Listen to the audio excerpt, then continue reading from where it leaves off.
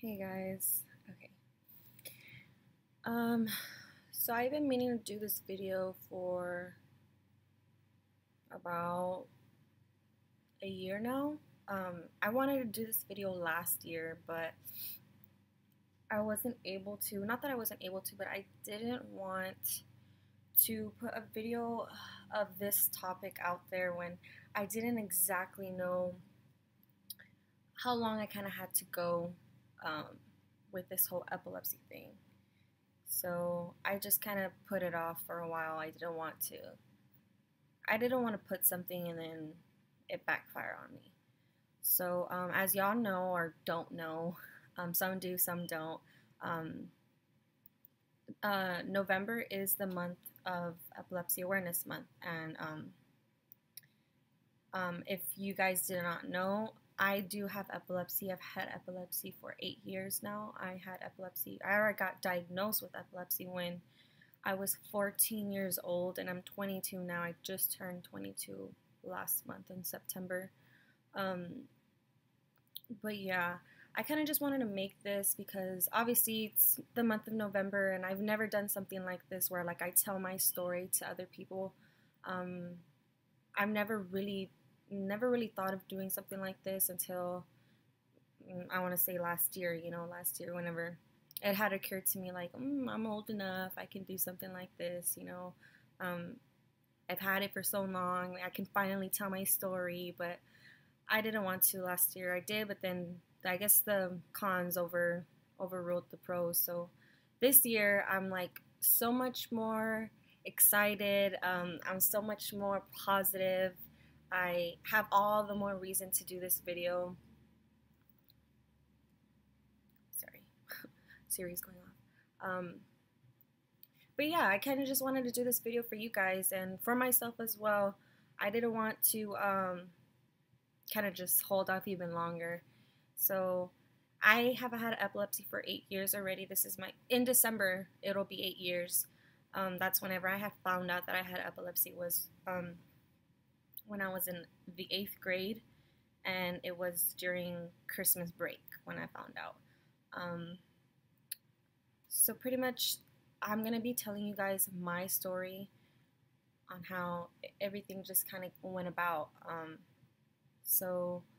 And I'm going to tell you of what my family has told me, because obviously if you guys don't know, when you have a seizure or you have an episode, you don't remember, especially if it's a full-blown seizure. You don't remember, you don't recall, you don't know what happened.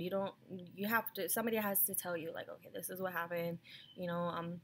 I only remember to a certain extent, so obviously I got some of this information from my mom. My mom and my dad and my brother, my sisters. Whenever they would be around.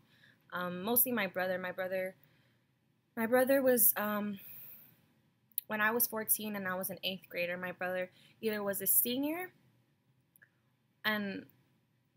or he was already in college and he was off for Christmas break. That kind of makes more sense to me in my head, if I remember right. So obviously it was Christmas break, and whenever you have a test and the night before, you kind of like, you're anxious, you're nervous, you can't get much sleep because you're just thinking about this big test you have coming up. Well, that's kind of how it was for me at the time. I had just gotten a phone maybe like a year before, and or maybe that year, I don't remember, but I was just texting my friends. We were all texting during the break of how excited we were to finally see each other, because, well, Christmas break is for you to be with your family, and especially at 14 years old, I obviously wasn't out and about. I was at home with my family, so I was so excited to see my friends the night before, and so I wake up the next morning like super sleepless, because I was so excited and I was like getting no sleep at all at night. I was like, I couldn't wait to see my friends. That was all I remember, that I was just so excited. And like I woke up like in chingas. I was like so ready to go to school. So I went to my restroom, and if you guys have been into my house and you've been into my restroom, it's like a long mirror. It's a long mirror. So like you can see yourself like walking and then walking this way. It's not just like this. It's not just like that. It's a long, pretty long mirror. So I was already like brushing my teeth, and then okay, I was brushing my teeth, and I just remember my legs, they were like kicking the cabinet on the bottom of the sink. And I was just like, in my head, I was like, here we go again. Because mind you, this had been happening, I want to say like months before this had all led up. I didn't know what it was, obviously. I did not know what it was. I never even said anything because I'm almost 14, and what was I going to tell my parents? Like, I'm kicking, and I don't even mean to kick. Like, my arm's flinching, and I don't even mean for my arm to flinch. Like, it's so hard to describe at that age, you know, like, what it is when you don't even know yourself what it is. So I kind of just was like, oh, I don't even know what this is. It's fine. Like, this has been happening to me for months. So what's the difference today? Like, this happens, I eat, I go to school, and like it goes away. So that morning I kind of thought nothing of it. I was like, oh, here we go again. Like, I can't even get ready. And that's all I want to do, just get ready and go to school. And so my leg was kicking and kicking against the wall, like when I'm like my knees were like bending, like kind of giving out. And I was like brushing my teeth, and I was like, okay, hurry up. Like, I was telling myself in the head, you know, in my mind, like, hurry up, like just move to the next thing, do your hair. So I brushed my teeth, and then I started brushing my hair. I was like doing my hair up in a ponytail because in 7th, 8th grade I had really long hair, so that's literally all I could do to my hair. And I was doing a ponytail, and as I was doing it, like, my arm would throw like the brush away. Like, it would like throw the brush across the room. And I was like, what the heck, you know, like, oh, like, again, like, that had been happening to me months prior to that day. And I was like, oh, I literally just want to go to school, and I can't even get ready in peace. That's all I could think was like, this thing is so annoying. Like, it's so annoying. And so I would pick up the brush. It happened maybe like 2 times. You know, in my head, I'm like, I wonder if my parents can even hear the amount of noise I'm making each morning. Or they're probably like, oh, this girl, she's so clumsy or something. But literally every morning I would wake up like that. Like, my legs would kick when I would brush my teeth, when I would brush my hair. My arms would like throw objects across the room, and it was just so annoying. Like, to me, I was like, I don't even know what this is. It's getting old. And so like I would go pick up the brush. It happened maybe 2 times. I would go, and the second time I picked up the brush, so I'm like doing my hair all over again, obviously. And like, I just remember like my whole body, like, sorry, there's people crossing. I just remember my whole body like just freeze, like, in the air, like while I'm doing my hair. My whole body freezes. Like, it felt like my whole body was being electrocuted. Like, that's the best way I could describe it, is like my body was being electrocuted all throughout, and like I could not move. Like, I was so stiff, couldn't move. And I was looking at myself in the mirror like, oh my God, what's happening? You know, like, what is this? And like, I tried so hard to yell out for my mom, but nothing came out. And I was so scared. I was so scared because, guys, this has never happened to me. I didn't know what I had when that happened. I had not been diagnosed with epilepsy yet. I didn't know what it was. I had never seen a doctor for these symptoms. It was just like nothing to me, so I never said anything. So if you have these symptoms, please, you know, tell somebody something. It probably is something, even if you think it's not. Anyways, so I remember trying to speak, trying to yell out for my mom for help, you know, because I didn't know what was going on, and I was so scared. I could see myself in the mirror, and I don't know, my whole body, like, I just remember like falling, like, oh, I'm going down, and like, that's all I could think. And then I don't remember anything after that. I literally don't remember anything after that. And when I woke up, I was in the hospital, and I think one of the first things I had asked was what time it was, and it was like 7, 8 in the evening. Mind you, this was this happened like at 7 in the morning. Now I woke up like 7, 8 in the evening. Like that's how much sleep, that's how tired my body, my brain was. I literally that's what my epilepsy is about. Lack of sleep, lack of REM sleep. Like my REM cycle, I'm not getting it throughout the night. So at age 14, 15 is when a lot of people find out that they do have epilepsy. Why? Because we get given phones, we get given laptops, computers, TV, and like all these electrical devices where we stay up so late. You know, things that are like your phone, you're like constantly on your phone. You want to know what's going on at all times. Like you have a fear of missing out. So I just remember it being so dark outside. I woke up in so much pain. I had slit open my head like this much. I had, I think, 5 or 6 staples put on my head, and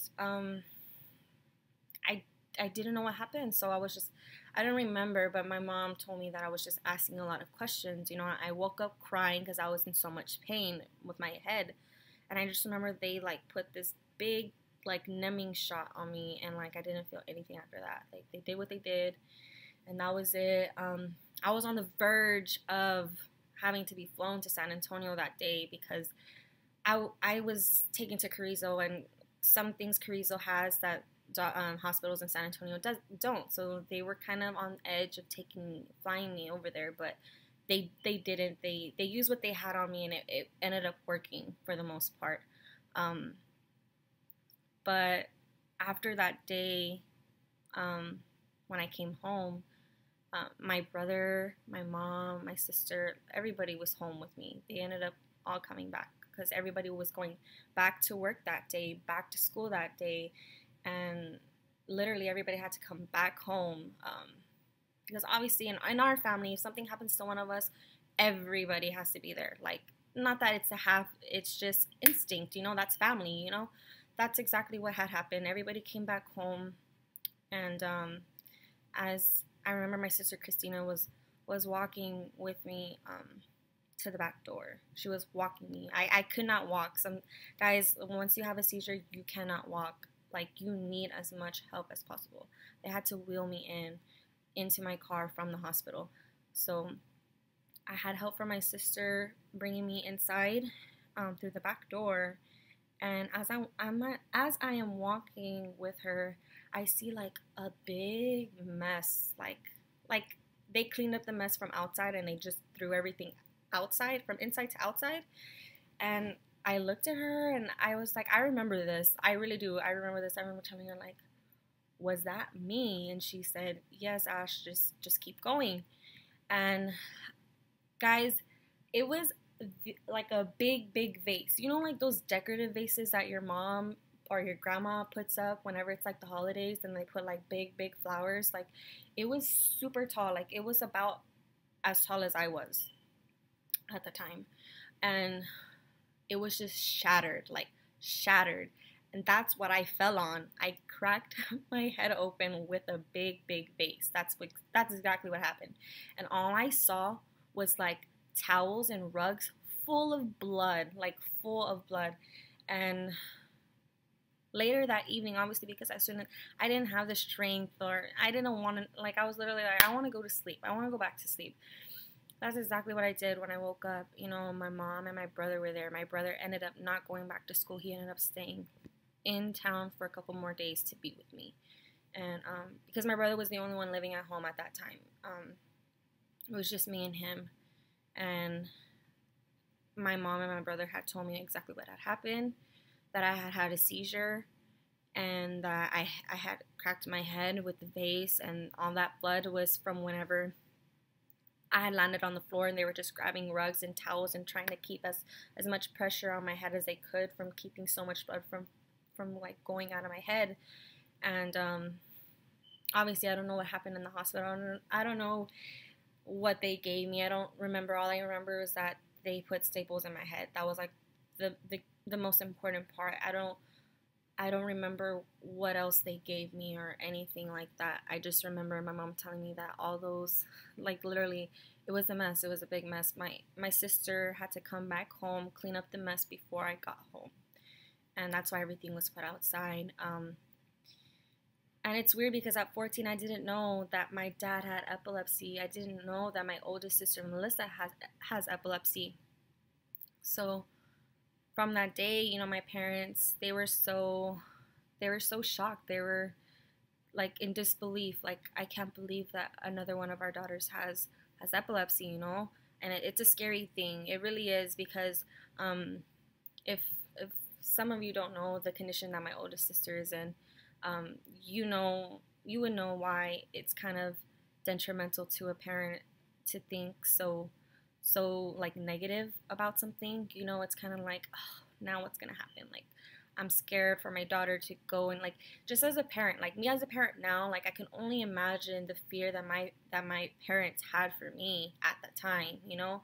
Um, so yeah, my dad told me that when he found out he had epilepsy, he was around the same age I was, and when Melissa found out she had epilepsy, she was the same age that I was.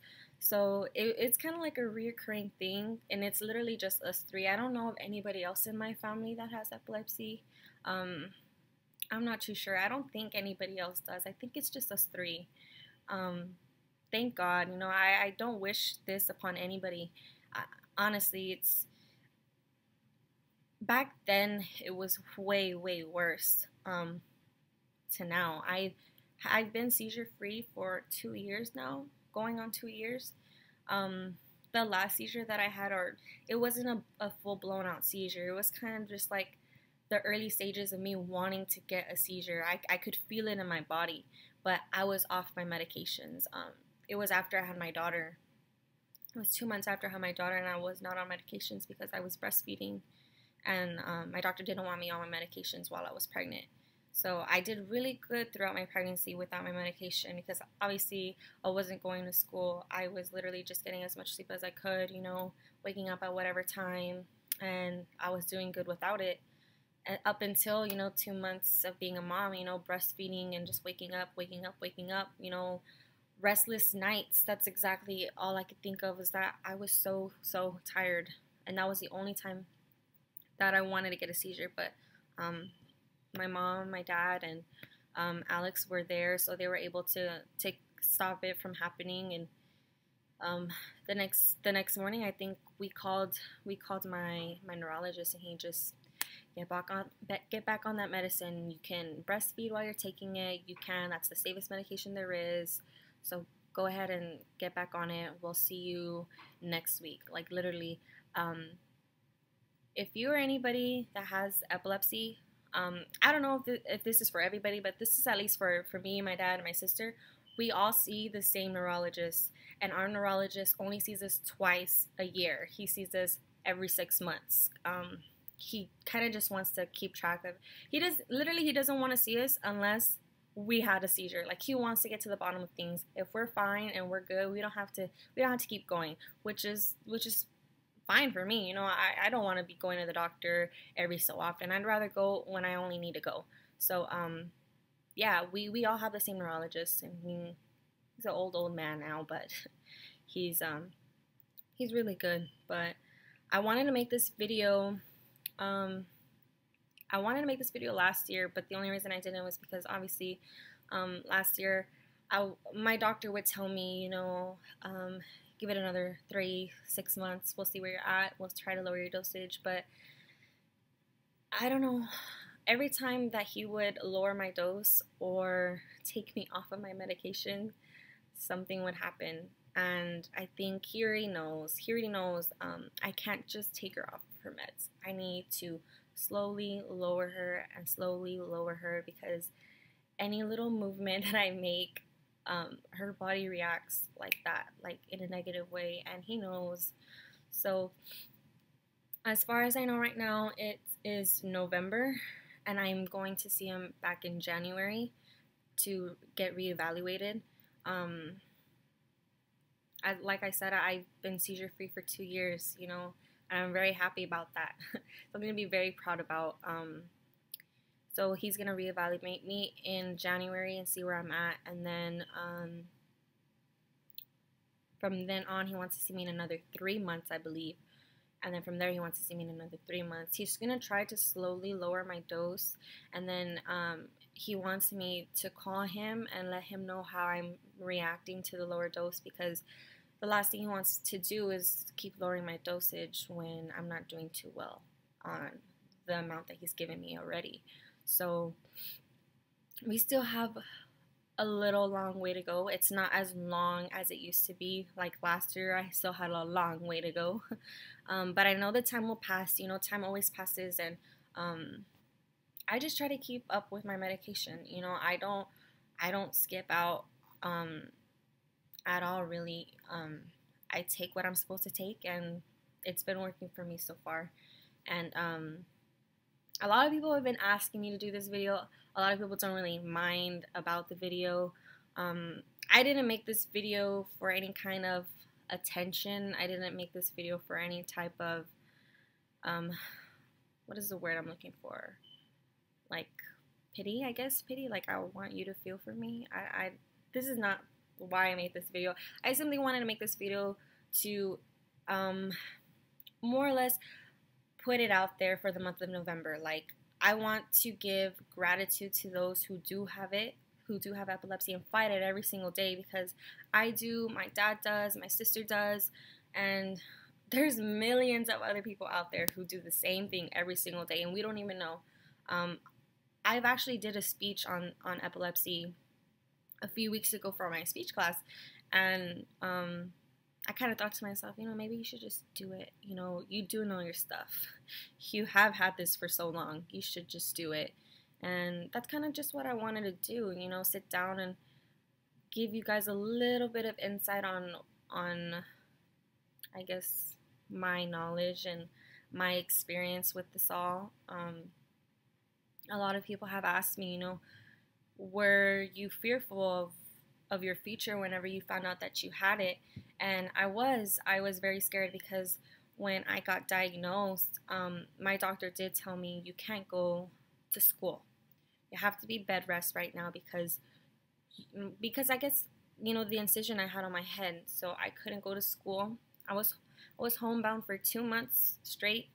I only went to school to take, at that time, my tax test. That was the only time I went to school, and I got picked up right after. And so literally, the principal at that time, he would bring me all my work, or my mom would go pick up all my work, and I would do it here at home, and my brother would help me, my dad would help me, and that's just the way it was. At that time, my brother or my mom would sleep on the bottom of my bed, and they would put pillows, and like, at that time, it was really bad. I was homebound. I couldn't play sports for a while. At that time, at that age, I was already playing softball. I was already going. I was already in a travel softball team. Yeah, I was. I was traveling weekends to weekend playing softball. I couldn't. I had to stop playing softball for a while. I couldn't swim by myself. I couldn't drive by myself. Like, I couldn't do certain things on my own. I had to always have someone right, like literally right there.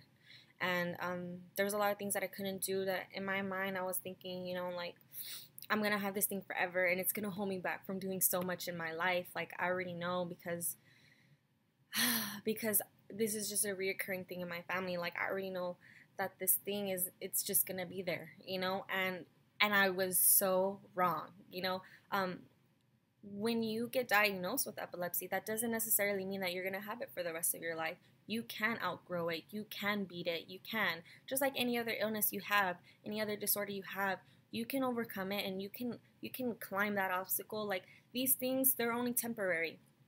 They may last very long, but you can overcome them.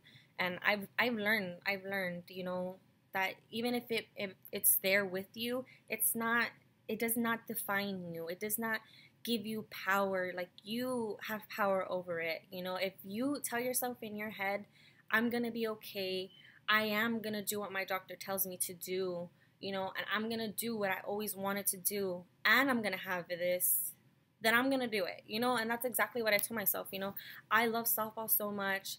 that I am going to get better. I'm going to get better. I'm going to get better. And yeah, I always had like some setback. I always did something in the middle to like kind of just get in the way, but I always hopped right back on. I always hopped right back on. I never let anybody or anything get in my way. I literally just wanted to play softball, and I think that was my biggest fear, was that I was not going to be able to accomplish my dream, which was play softball in the collegiate level. And I always thought, no softball coach is going to want me to play for their team when I have epilepsy. They're not going to want to, they don't want to be liable for me like that. They don't want to, something happen to me and it fall back on them, they're not going to want me, and whenever I was a junior, senior in high school, and I was sending out all my videos and all my letters, like, and I wouldn't get anything in response, I would just be like, man, I know it's because of my illness. Like, I know that's why, because it's not that I'm not good, there's something else. There's something, it's not like my grades aren't good. Like, I had good grades all throughout high school. I played good ball throughout my whole high school career. Like, but I was able to get into college and play softball. And I did all that. And my doctor gives me a lot of credit for it. And he tells me, like, I'm so proud of you. You came such a long way. And I can't wait till the day comes that, like, you don't have to take any medications, and that's the ultimate goal, is to, like, actually beat epilepsy, and it's crazy because my dad still takes his medications, and he's like 55, 56, but he's healthy.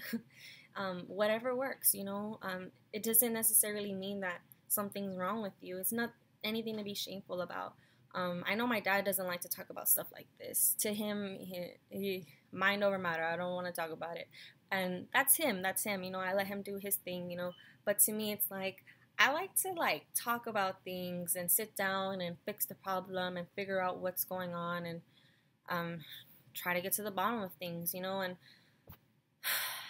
I think that's why I've always had kind of like a love-hate for this thing, because I've literally drugged people with me throughout my life, because when you have a significant other and you have a child and you have a family, your fear is that they're not going to want you or accept you for who you are. And I remember when I got with my boyfriend, it took me a while to tell him, and we were in high school when I told him, and he didn't know what it was. Even to this day, he kind of doesn't really know what it is. But if you're watching this, and you have any questions, just ask me. But I'm scared. When I found out that I was pregnant, my very first fear was, is my kid going to have what I have? Because I don't know what I'm going to do if she does. And thank God right now she doesn't, but it's always a possibility that she can get it. But now that I'm a little older and I know a lot more than I used to back then, even if she does, I'm going to stand by her side no matter what, and I'm going to just try to feed her as much positivity, because I'm living, breathing proof that anything can happen. My dad, my sister, and if you or anybody else has it, just try to be by their side as much as you can. Go to doctor's appointments with them, talk to them about it. It's nothing to be afraid of.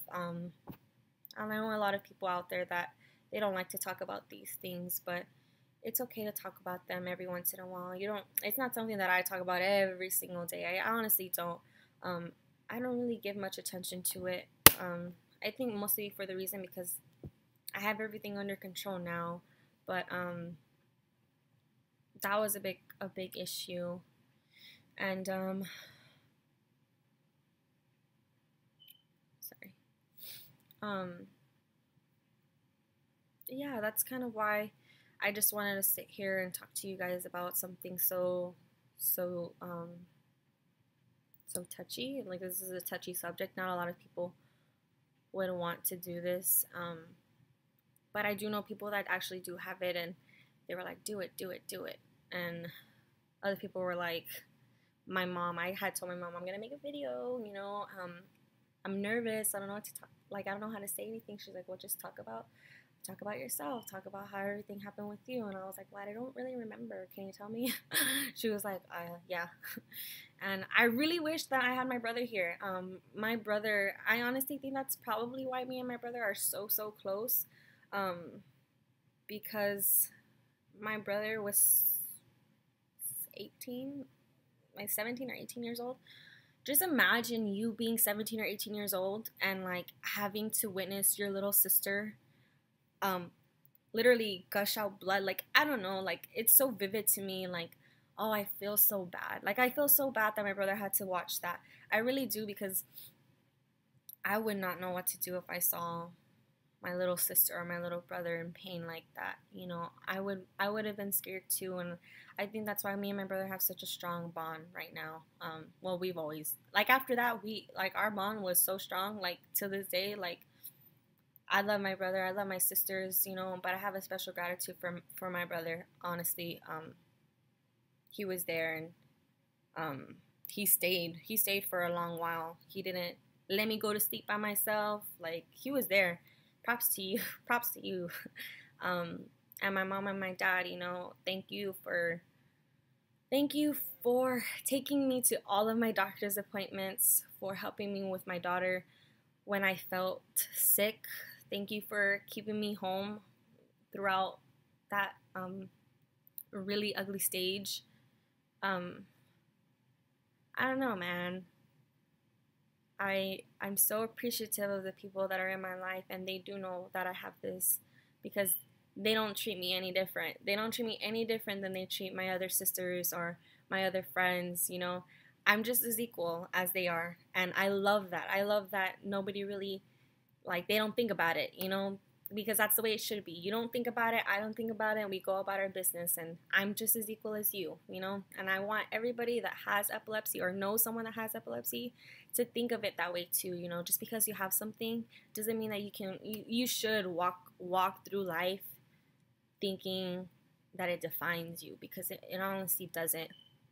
um but yeah, guys, so if you like this video, leave a comment down below with a purple heart, and tag somebody that you know of, or if you do, tag yourself if you have epilepsy, or if you know someone who has epilepsy. Bye.